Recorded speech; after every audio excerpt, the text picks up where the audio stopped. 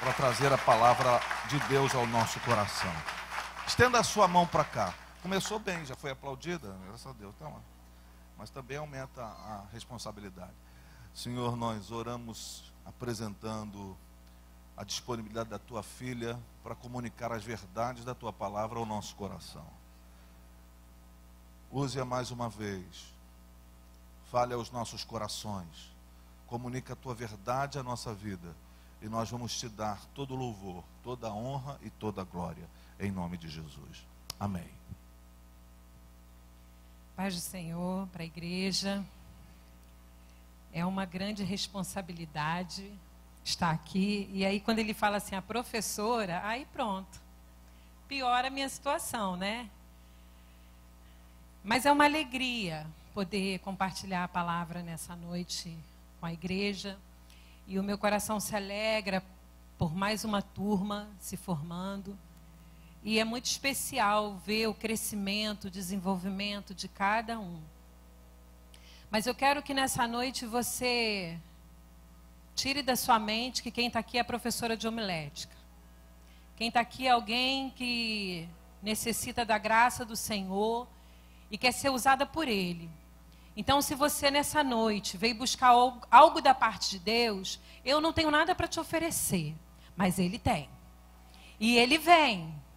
Quando buscamos pela presença dEle, Ele vem. E nós nessa noite já adoramos o Senhor de forma linda, dizemos que Ele é lindo, né? Que queremos adentrar na sala do trono. E nós estamos aqui, Senhor, para ouvir a Tua voz. Amém? Então, gostaria que você abrisse a sua Bíblia comigo, no Evangelho de Mateus, no capítulo 7. Evangelho de Mateus, capítulo 7, versículos de 24 ao 27.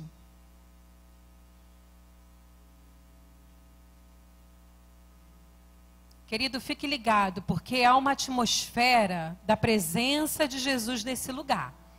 E a Bíblia vai dizer que onde Jesus está, há fartura de alegria e de poder. Então há um ambiente propício a milagres, há um ambiente propício a mudança. Então, se você ficar ligado, eu creio que você nessa noite vai sair daqui diferente do modo como entrou. Amém? Vamos ler. Mateus capítulo 7, 24, diz assim: todo aquele, pois, que ouve estas minhas palavras e as pratica, será comparado a um homem prudente, que edificou a sua casa sobre a rocha. E caiu a chuva, transbordaram os rios, sopraram os ventos e deram com ímpeto contra aquela casa, que não caiu, porque fora edificada sobre a rocha. E todo aquele que ouve estas minhas palavras e não as pratica, será comparado a um homem insensato que edificou a sua casa sobre a areia. E caiu a chuva, transbordaram os rios, sopraram os ventos e deram com ímpeto contra aquela casa. E ela desabou, sendo grande a sua ruína. O Evangelho de Mateus, do capítulo 5 até o capítulo 7, é chamado de Sermão da Montanha, o grande Sermão da Montanha. O sermão mais lindo da Bíblia, o sermão mais precioso da palavra de Deus. E esse sermão, ele foi pregado por ninguém mais, ninguém menos que o próprio Cristo. Jesus, ele vai pregar esse sermão no capítulo 5, vai dizer que Jesus, ele começa o seu ministério após ser batizado, ele foi levado para ser tentado pelo diabo. Ele volta, ele fica pregando o evangelho. E a palavra que Jesus vai começar a pregar é: arrependei-vos. Exatamente o que João Batista vinha pregando. Arrependei-vos, porque é chegado o reino dos céus.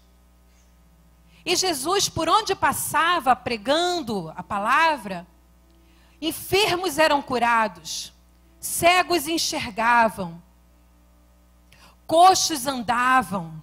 Havia um poder por onde Jesus passava, que as pessoas eram tocadas de modo diferente.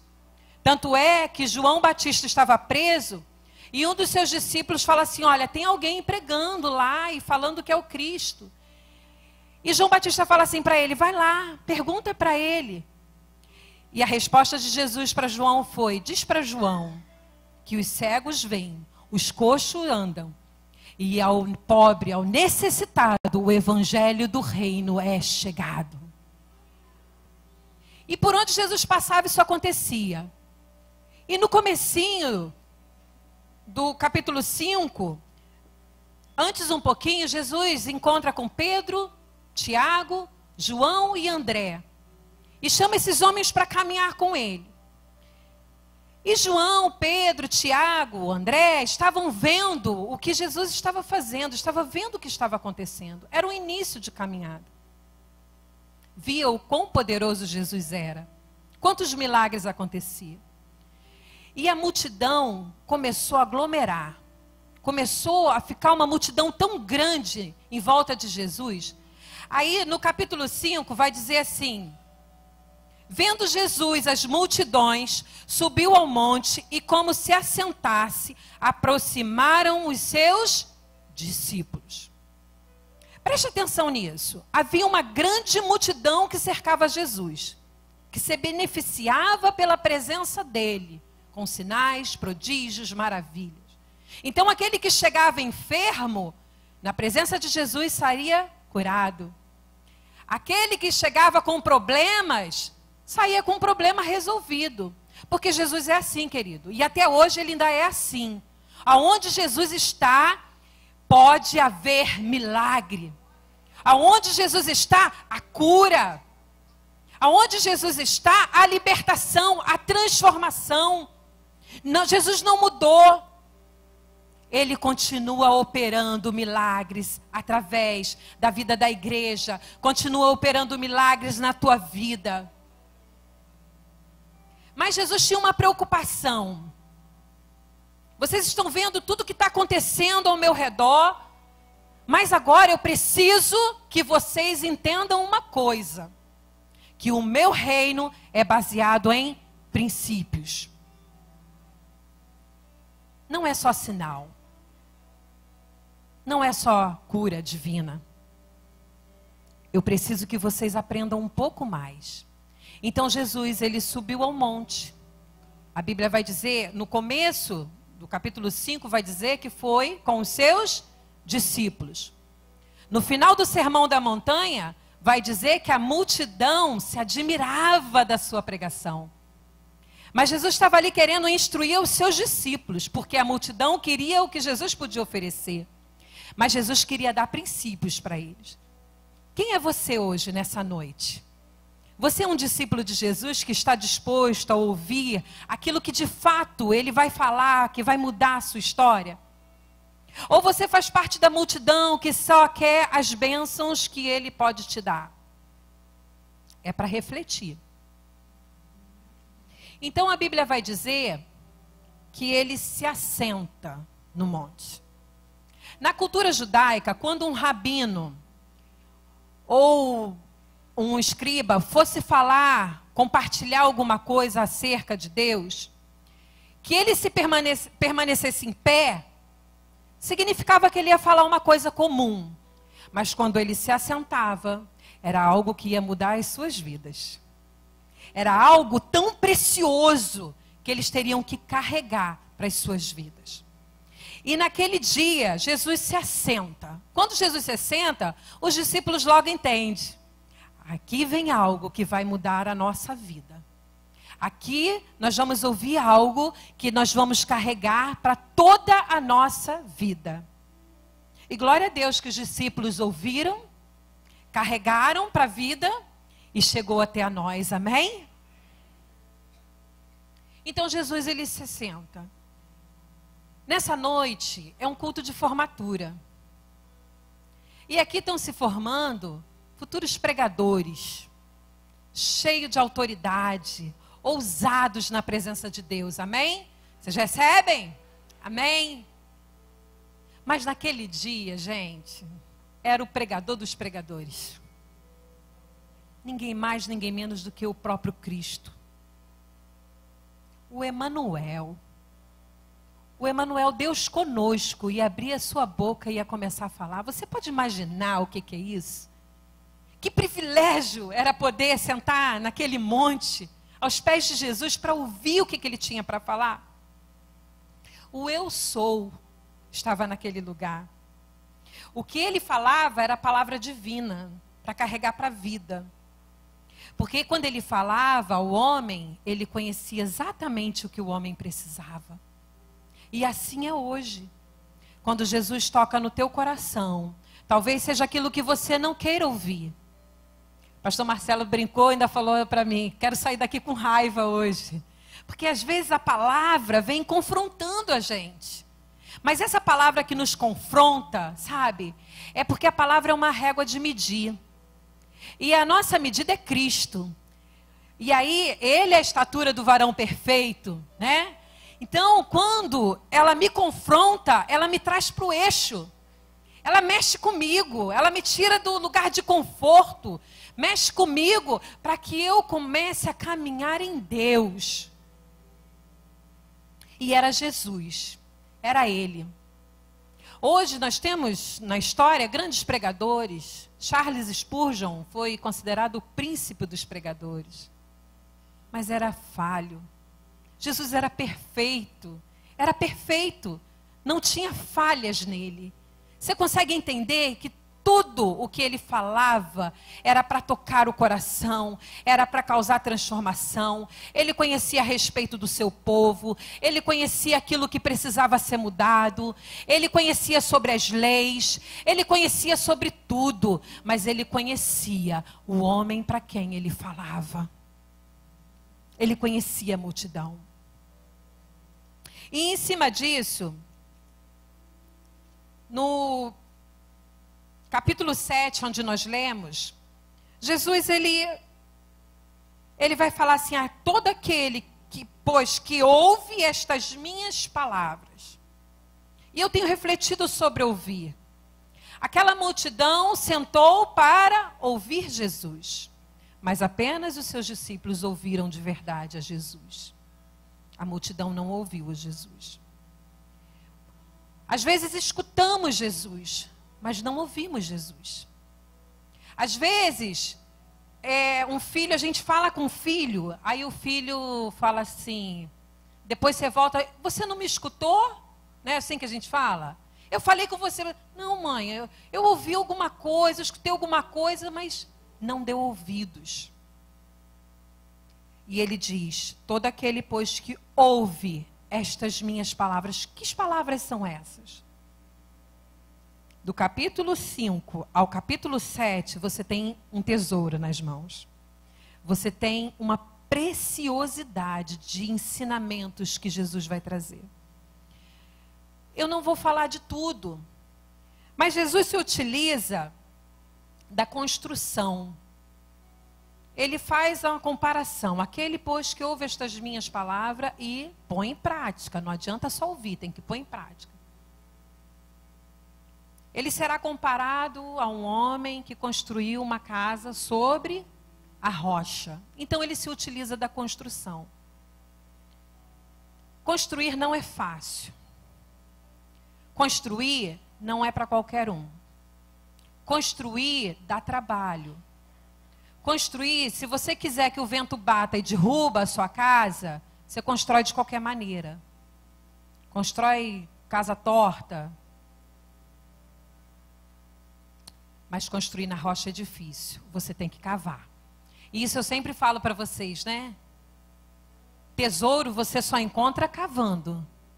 Então, quanto mais você se aprofunda na palavra de Deus, você está construindo em Deus. Quanto mais, como que você ouve a voz de Deus? Através da sua palavra. E quanto mais você se aplica a ela, quanto mais você estuda ela, quanto mais os teus olhos estão voltados para ela, você está construindo sobre a rocha. E aí, eu me utilizo da construção, os pilares. A gente sabe que uma casa, para ser construída, precisa de fundação. E os pilares fazem parte da fundação. Pilares, vigas, né? E eu quero trazer nessa noite, dos ensinamentos tão profundos de Jesus, 4 pilares que vão nortear a nossa vida. São princípios, queridos. Jesus, ele não estava ensinando regras. A regra, ela é diferente do princípio. A regra, ela pode mudar de um estado para o outro. Não precisa nem sair do Brasil, que algumas regras que valem no Rio de Janeiro podem não valer em São Paulo. Valem no Brasil, não vale na Europa. Isso é regra. A regra faz com que a gente consiga caminhar juntos, né? Ser sociável. Elas servem para nos ajudar. Mas Jesus, ele veio para lançar princípios. E o princípio, ele é diferente. Por exemplo, o princípio de Newton diz que se eu jogar isso aqui no chão, o que vai acontecer? Vai cair. E se não tivesse esse chão aqui, o que ia acontecer? Ia continuar caindo. Aí eu chego lá na Itália e faço isso aqui, o que vai acontecer? Vai cair, porque é um princípio, a lei da gravidade.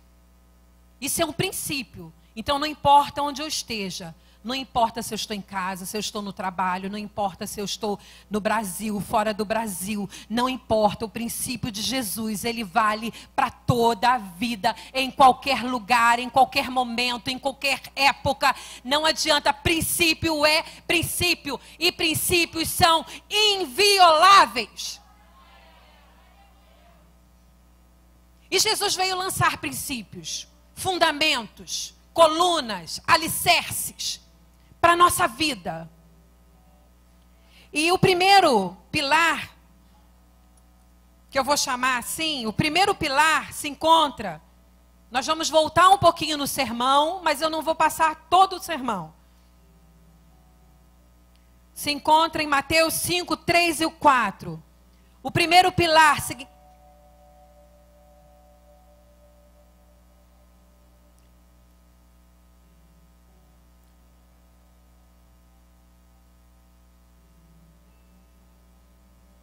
primeiro pilar vai nos dizer que a felicidade não é sinônimo de ter tudo nesta vida. Não é sinônimo de ser abastado. O 3 e o 4 e o 5 vão dizer assim: bem-aventurados os humildes de espírito, porque deles é o reino dos céus. Bem-aventurados os que choram, porque serão consolados. Bem-aventurados mansos, porque herdarão a terra. Querido, por que eu destaquei esses 3? Porque esses 3 primeiros têm mais bem-aventurança. Tem a ver com o meu relacionamento com Deus. Bem-aventurado significa feliz. Muito feliz, extremamente feliz. E parece um paradoxo quando ele diz que bem-aventurado os pobres de espírito. Como pode pobreza de espírito gerar felicidade? Como pode os que choram ser felizes? Como pode? É difícil engolir isso, né? Mas é isso que ele está falando. Bem-aventurados os pobres de espírito. Essa pobreza, embora Jesus estava pregando naquele dia para uma multidão carente e necessitada, havia uma carência ainda muito maior do que a carência de coisas, de bens materiais. Havia uma carência interior. Quando ele fala bem-aventurados os pobres de espírito, é aquele que reconhece que é miserável e é carente da misericórdia de Deus. Estamos aqui hoje porque entendemos a nossa pobreza espiritual. Porque entendemos que a felicidade só vamos encontrar a partir do momento que reconhecemos que somos pobres, necessitados de que uma abundante graça recaia sobre as nossas vidas. Deus não está preocupado com o teu estado, se a tua geladeira está cheia, se não está cheia, se está vazia, se o teu emprego você está ganhando muito, se você está ganhando pouco. Deus não está preocupado se você tem um carro, 2 carros na garagem. Deus não está preocupado com o que você tem ou deixa de ter. Deus não está preocupado se você pega BRT cheio, BRT lotado para cima e para baixo. Sabe o que, que Deus está preocupado? De olhar para o teu coração e falar assim: Ele necessita de mim, então eu vou derramar sobre Ele a minha graça, porque Ele é pobre e necessitado. Isso te torna feliz. Isso me torna feliz. Ontem, nós encontramos com um senhor, pastor Marcelo, me lembra o nome dele, Edilberto. Edilberto, né? E ele nos contou a história da vida dele. E ele chorava quando contava. Que ele já foi rico. Que ele teve bens, né, pastor? Que ele tinha, ele era um empresário, e hoje morando embaixo do Itaú. E ele chorava por aquilo que ele tinha perdido. E eu olhei nos olhos dele, não foi, pastor? E eu falei para ele assim: olha, esquece dessas coisas. Esse foi o teu passado. E se você achava que você tinha felicidade, eu vou te dizer uma coisa. A hora que Jesus entrar, é a hora que de fato você vai entender o que é felicidade. E pela graça de Deus, ele veio hoje, né? E foi pro centro de recuperação. Glória a Deus! Aquele homem descobriu no meio da sua pobreza o que de fato era a felicidade. Ele encontrou o coração do Pai.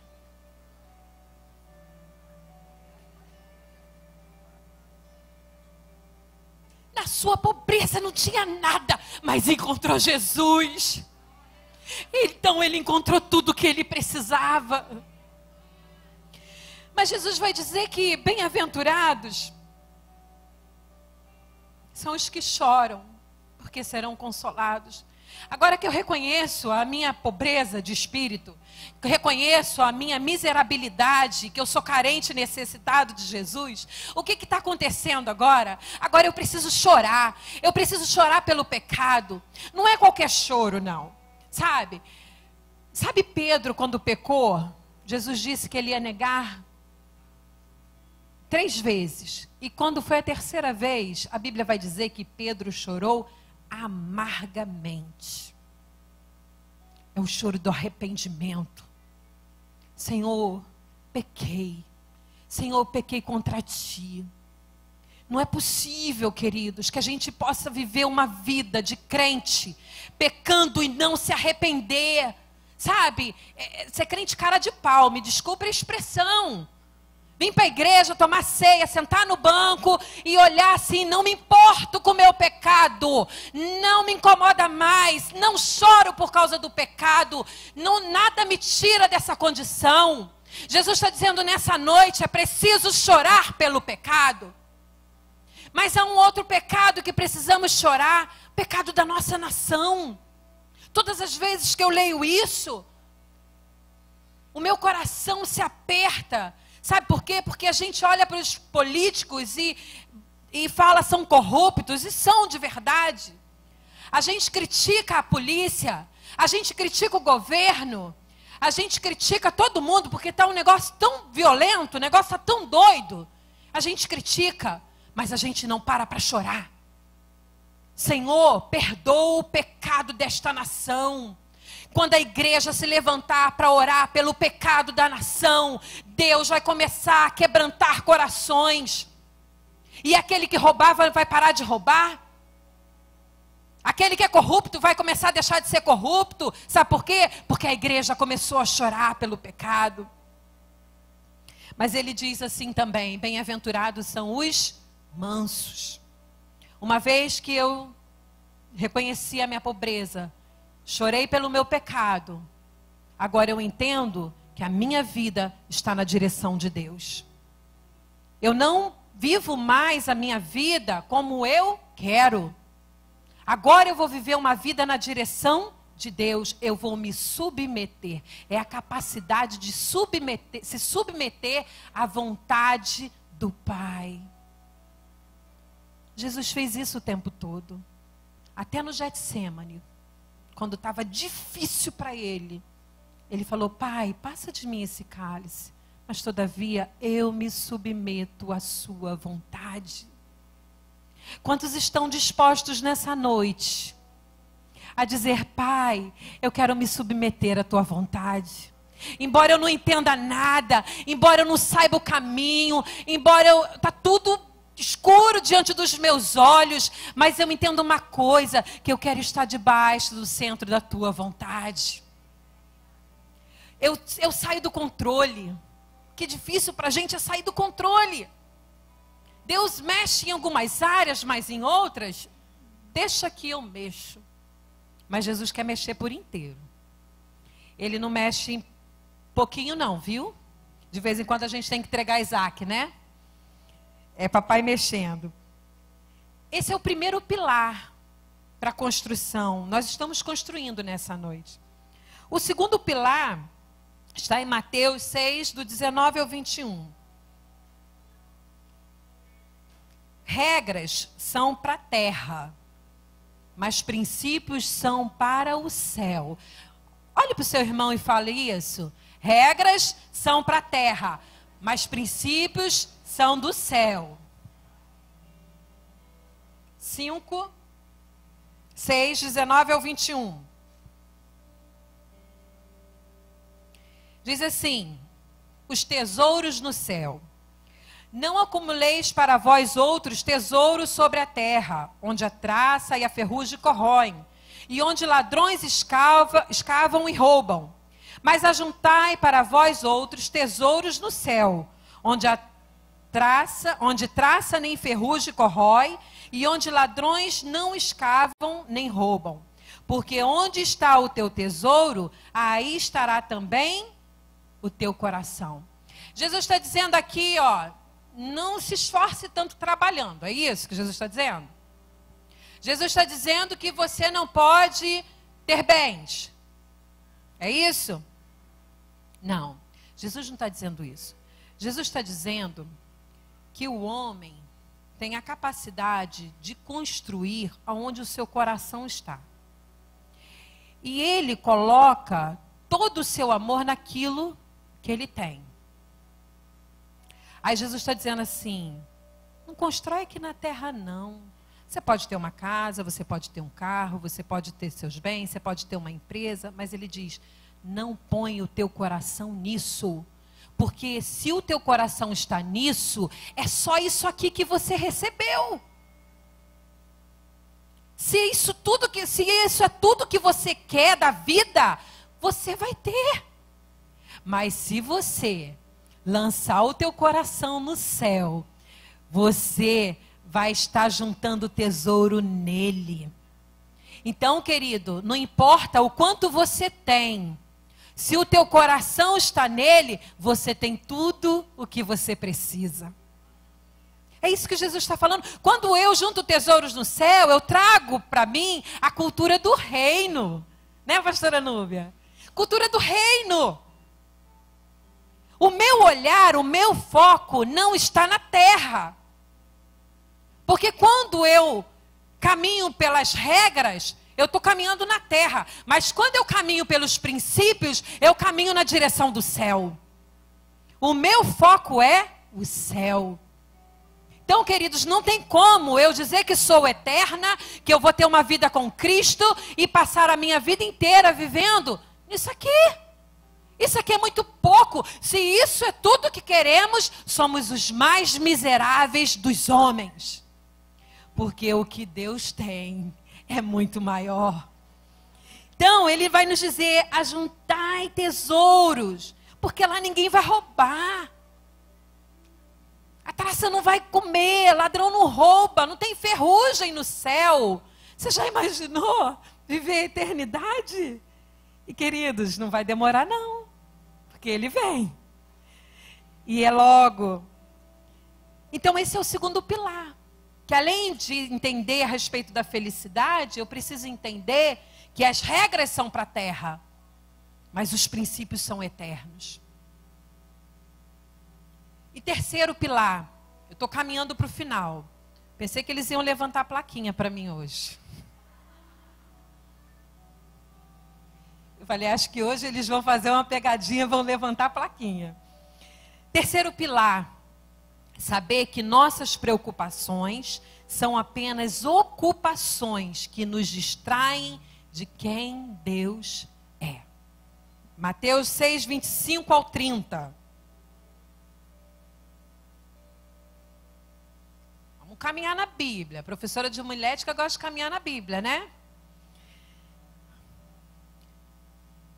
25 ao 30. Por isso vos digo, não andeis ansiosos pela vossa vida, quanto ao que haveis de comer ou beber, nem pelo vosso corpo, quanto ao que haveis de vestir. Não é a vida mais do que o alimento e o corpo mais do que as vestes? Observai as aves do céu, não semeiam, não colhem, nem ajuntam em celeiros. Contudo, o vosso Pai Celeste as sustenta. Porventura, não valei vós muito mais do que as aves? Qual de vós, por ansioso que esteja, pode acrescentar um côvado ao curso da sua vida? E por que andais ansiosos quanto ao vestuário? Considerai como crescem os lírios do campo. Eles não trabalham nem fiam.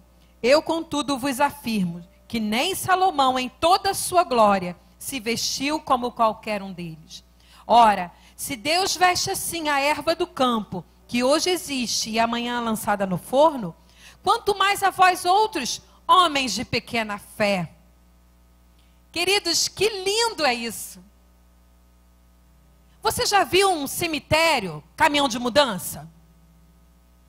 Ninguém carrega nada do que constrói aqui. Não tem caminhão de mudança para o além. Não existe.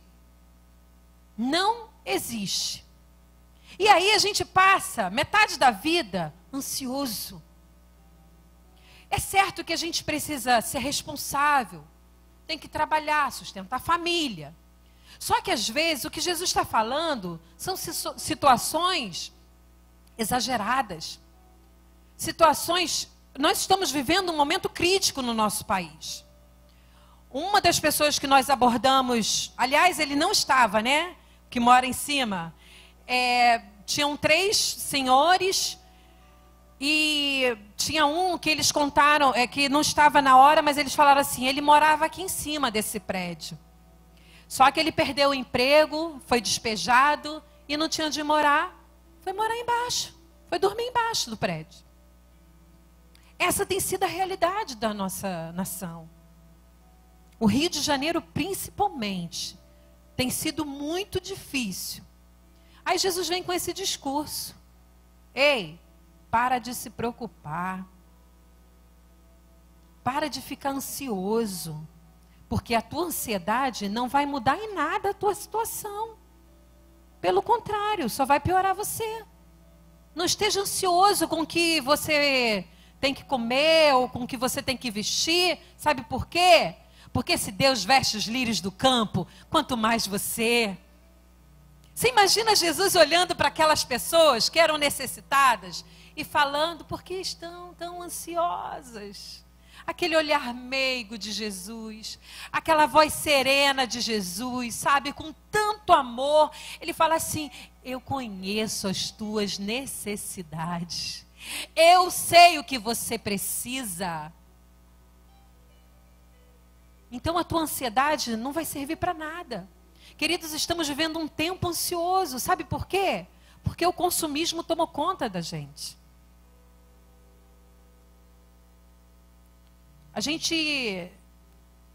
E nós somos culpados, né? Os nossos filhos estão crescendo consumistas.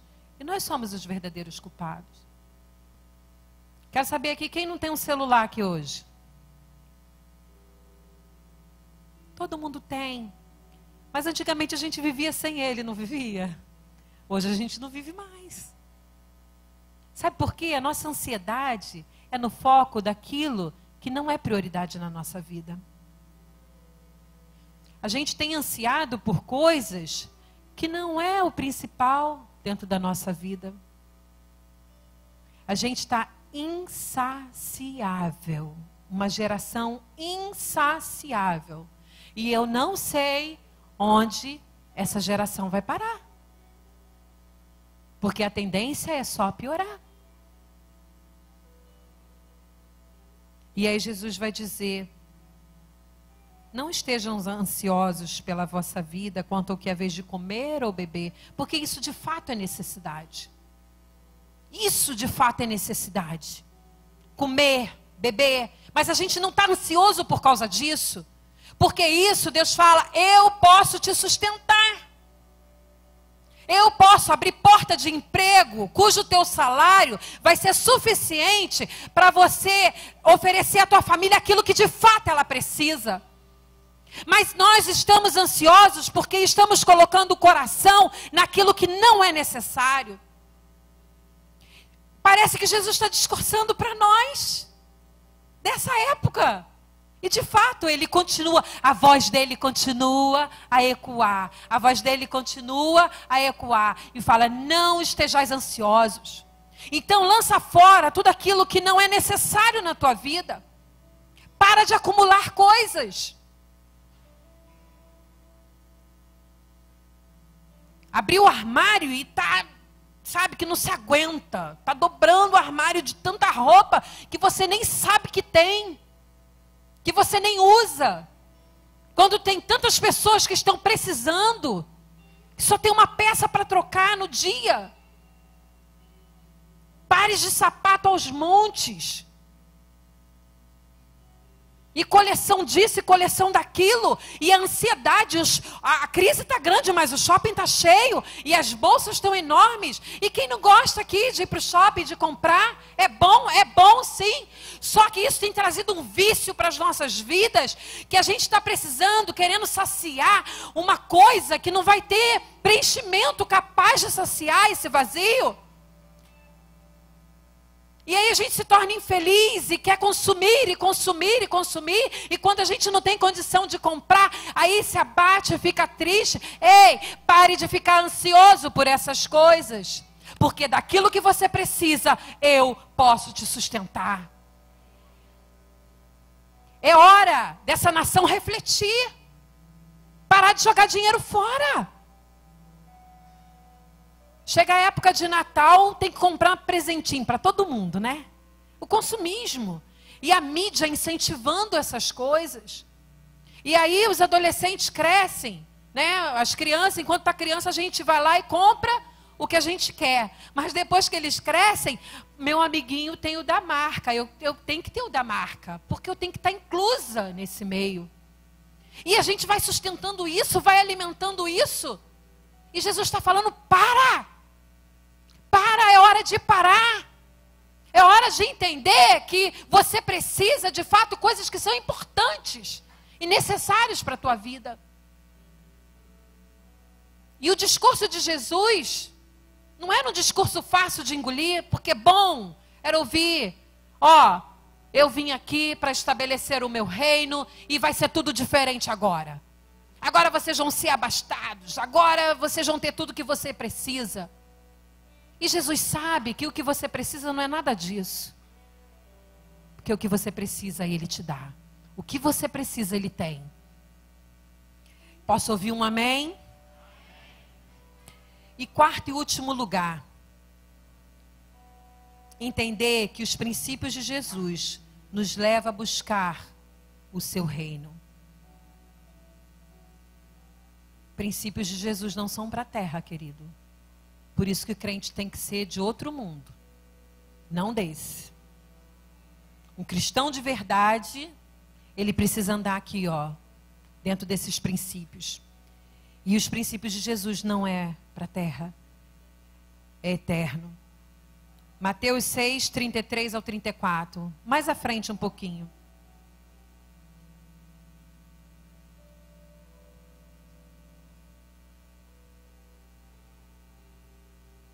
Eu vou continuar, eu vou ler do 29 e vou dar continuidade até o final. Eu, contudo, vos afirmo que nem Salomão, em toda a sua glória, se vestiu como qualquer deles. Ora, se Deus veste assim a erva do campo, que hoje existe e amanhã é lançada no forno, quanto mais vós, outros homens de pequena fé. Portanto, não vos inquieteis dizendo: que comeremos, que beberemos, ou com que nos vestiremos? Porque os gentios é que procuram todas essas coisas, pois vosso Pai Celeste sabe que necessitais de todas elas. Buscai, pois, em primeiro lugar, o seu reino e a sua justiça, e todas essas coisas vos serão acrescentadas. Portanto, não vos inquieteis com o dia de amanhã, pois o amanhã trará os seus cuidados. Basta ao dia o seu próprio mal. O reino dos céus, ele fala buscar em primeiro lugar o reino e a sua justiça. Não é só o reino, é também a sua justiça. O reino dos céus tira de nós as preocupações com esse mundo. O reino de Deus, ele tira de nós o foco de todas essas coisas. E nos leva a olhar para o céu. Buscai as coisas que são do alto, onde Deus está sentado no seu trono. E a justiça. Justiça é a prática do que é direito, do que é certo. Fazer o que deve ser feito. E justiça é uma coisa que ultimamente nós não temos visto, né?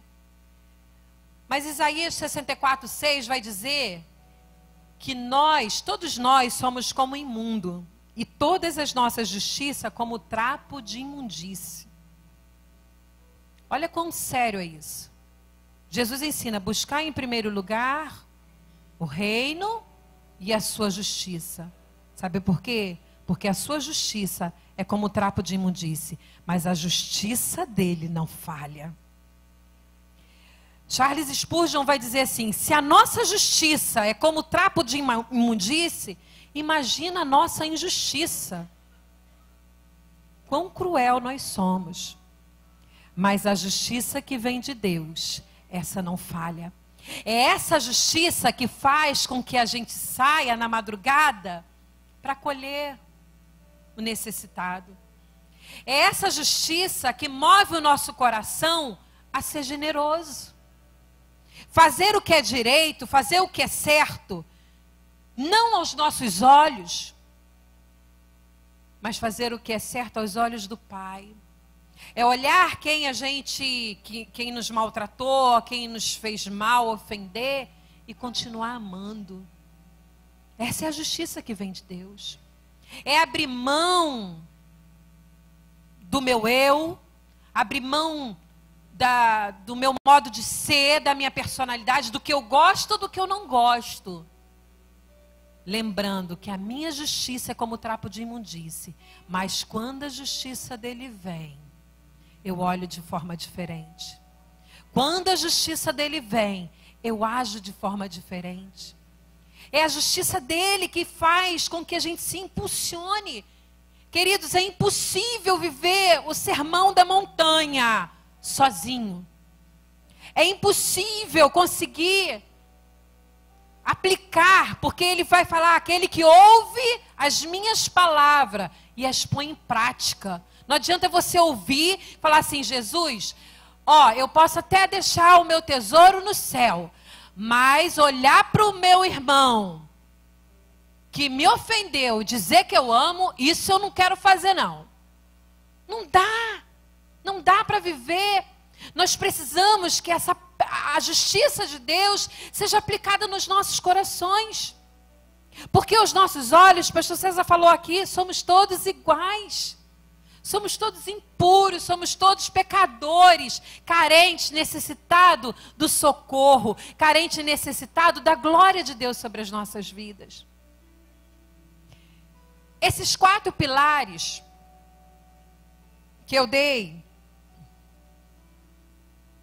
eu construo um cômodo. Eu coloco um pilar em cada ponta. Se tiver faltando um, eu não consigo fechar a cobertura. Eu não consigo fechar a parede. Mas com 4 pilares eu construo um cômodo. Mas eu te desafio nessa noite a não parar num cômodo. Aqui tem princípios para construir uma casa inteira. E essa casa é aquela que o vento bate, a chuva vem, o rio sobe, mas você pode estar dentro dela em paz, porque você construiu na rocha. Você levantou pilares em Cristo. A sua vida agora não vive mais como quem não sabe para onde vai. O vento bate aqui, você vai para ali, vai para cá. Não, agora eu sou alguém que tem a palavra de Deus aqui dentro de mim. Princípios, valores inegociáveis que eu carrego na minha vida. Então, vento, pode bater, chuva, pode cair, pode bater de onde vier, não tem problema não, porque eu sei em quem eu creio, e eu sei que Ele é poderoso, e Ele vai guardar a minha entrada, a minha saída, Ele vai cuidar da minha casa, Ele vai cuidar dos meus bens, Ele vai cuidar daquilo que eu possuo, e até daquilo que eu não possuo. Ele sabe o que vai na frente, Ele sabe o que vai lá atrás. Eu ando com Ele, eu caminho na direção dEle, eu tenho Ele comigo. Então o vento pode bater, a chuva pode se levantar, mas os princípios de Jesus vai gritar: estou contigo, não vai cair, não vai cair, não vai cair, porque Ele é quem te sustenta. Aleluias! Oh, glória a Deus!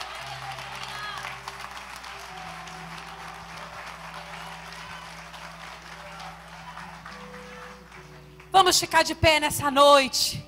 Seja prudente. Eu não vou nem falar do insensato. Sabe por quê? Diz que na Casa da Moeda nos Estados Unidos, os profissionais que avaliam a nota do dólar, se é falsa ou verdadeira, eles só estudam a verdadeira. Em momento algum eles batem o olho na falsa, eles só estudam a verdadeira. E quando a falsa chega, de cara ele bate o olho e fala: é falso. É falso. Então eu não vou falar do homem imprudente, porque nessa noite, se você entrou imprudente, você vai sair prudente. Não importa o modo como você entrou aqui nessa noite, o Senhor te chama. O Senhor está sentado neste lugar e te chama: vamos construir, mas vamos construir na rocha. Vamos construir, mas vai ser em cima dos meus princípios. Joga fora agora todo o teu conhecimento. Joga fora agora tudo que você tem como verdade. E vamos construir baseado na minha verdade. É isso que Jesus está falando. Eu tenho milagre, eu tenho cura, eu tenho. Mas mais do que isso, eu quero que você entenda que eu tenho princípios e valores que você vai carregar para toda a tua vida. Aleluias! Feche os seus olhos nessa noite. Eu quero fazer um convite. Você que entrou aqui nessa noite e talvez conheça Jesus de nome, porque alguém te chamou, vamos à igreja, mas você nunca se assentou para ouvir Jesus e o que Ele tem para te dizer. Mas você entrou aqui nessa noite.